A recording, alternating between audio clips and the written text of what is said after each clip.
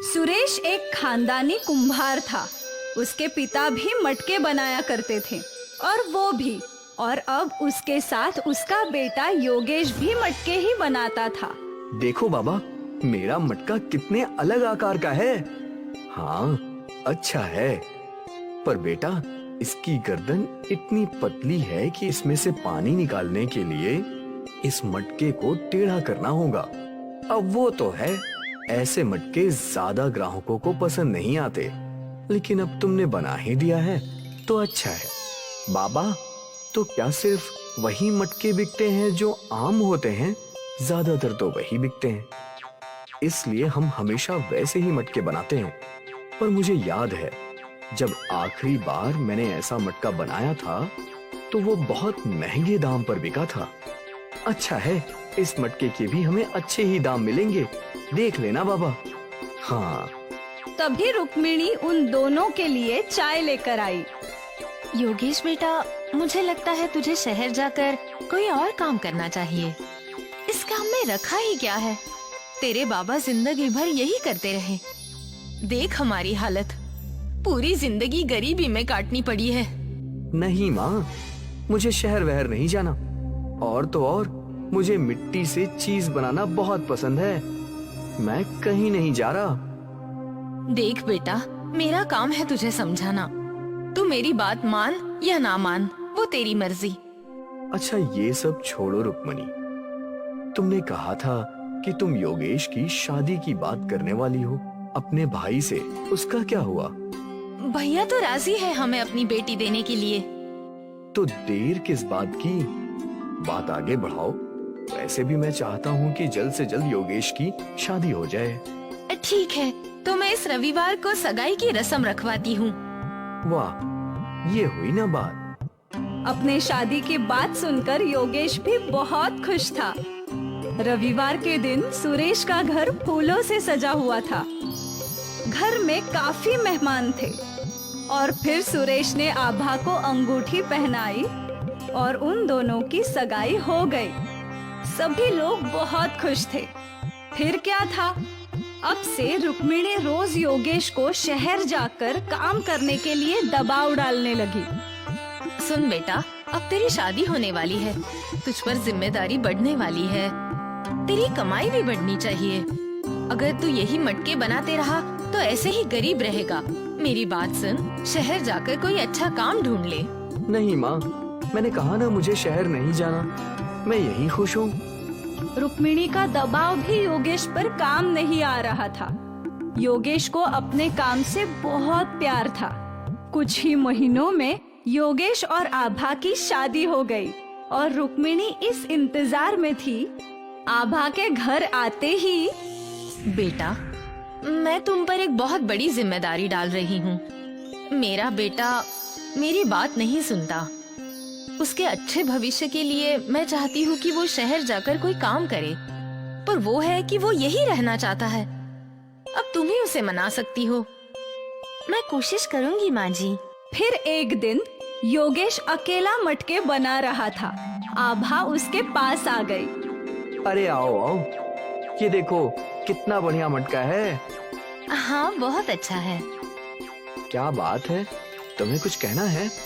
मैं सोच रही थी कि कब तक आप ऐसे मटके बनाओगे? क्यों ना हम शहर जाकर कोई काम ढूंढे? नहीं आभा, मैं जानता हूँ कि ये सब मेरी माँ ने तुम्हें बोला होगा, पर मेरी बात अच्छे से समझ लो। मुझे मिट्टी का बर्तन बनाने का बहुत शौक है। मैं जिंदगी भर यही काम करना चाहता हूँ। मन मारकर अगर मैं शहर चला भी जाऊँ तो भी मैं खुश नहीं रहूँगा। योगेश की बातें सुनकर आभा स्तब्ध रह गई। उसके पास बोलने के लिए कुछ था ही नहीं। शाम को रुक्मिणी ने आभा से पूछा, क्या योगेश शहर जाने के लिए राजी हो गया? नहीं, और मुझे भी लगता है कि उन्हें यही रहना चाहिए। अब तू ये क्या बोल रही है? माँ जी, उन्हें मिट्टी के बर्तन बनाना बहुत पसंद है। वो मन मारकर शहर नहीं जाना चाहते, और यही सही भी है। 2 महीने गरीबी में रहेगी ना, तब समझेगी कि मैं क्यों शहर भेजने के पीछे लगी थी। माँ जी, आप बस चाहती है कि आपका बेटा अच्छा कमाए, तो वो जरूर होगा। उस दिन से आभा अपने पति के काम की सराहना करने लगी। ये मटका कितना अच्छा है। अच्छा है, पर बाबा बोलते हैं कि ऐसी लंबी गर्दन वाले मटके ज्यादा नहीं बिकते। बिकते हैं, मैंने ये मेले में देखे थे, शायद 300 रुपए के थे। इतना महंगा? आप भी ऐसे मटके मेलों में क्यों नहीं बेचते? मैं कोशिश कर सकता हूँ। आभा ने योगेश को प्रोत्साहित कर दिया था। योगेश ने अलग अलग आकार के मटके बनाए और उन्हें रंग बिरंगे रंग दिए। वाह, ये सब मेले में जरूर बिकेंगे। उम्मीद तो यही है। उस दिन योगेश सारे मटके लेकर मेले में गया। उसके अलग अलग आकार के मटकों को मेले में काफी डिमांड थी। भैया, मुझे वो लंबी गार्डन वाला मटका चाहिए। मुझे वो रंग बिरंगा।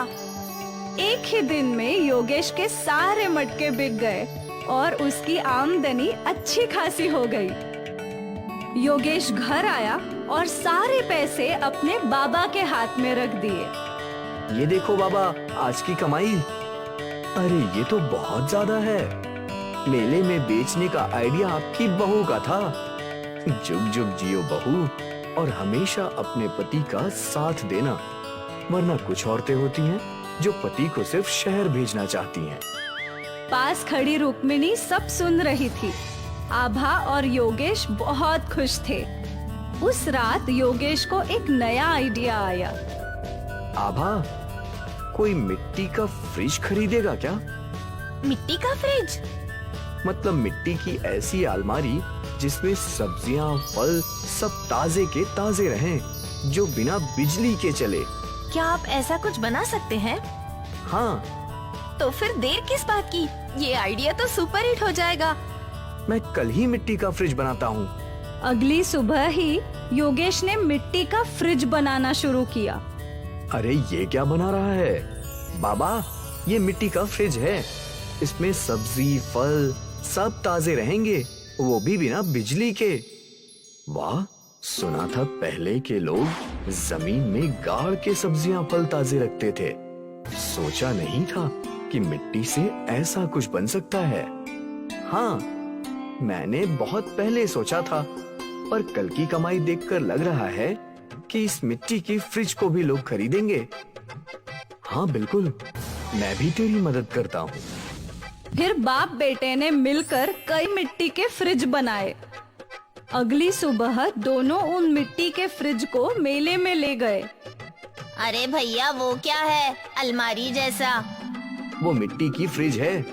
इसमें आपकी सब्जियां और फल ताजे बने रहेंगे लंबे समय तक, वो भी बिना बिजली के। सच्ची? हाँ हाँ बिल्कुल। उस औरत ने एक मिट्टी का फ्रिज खरीद लिया।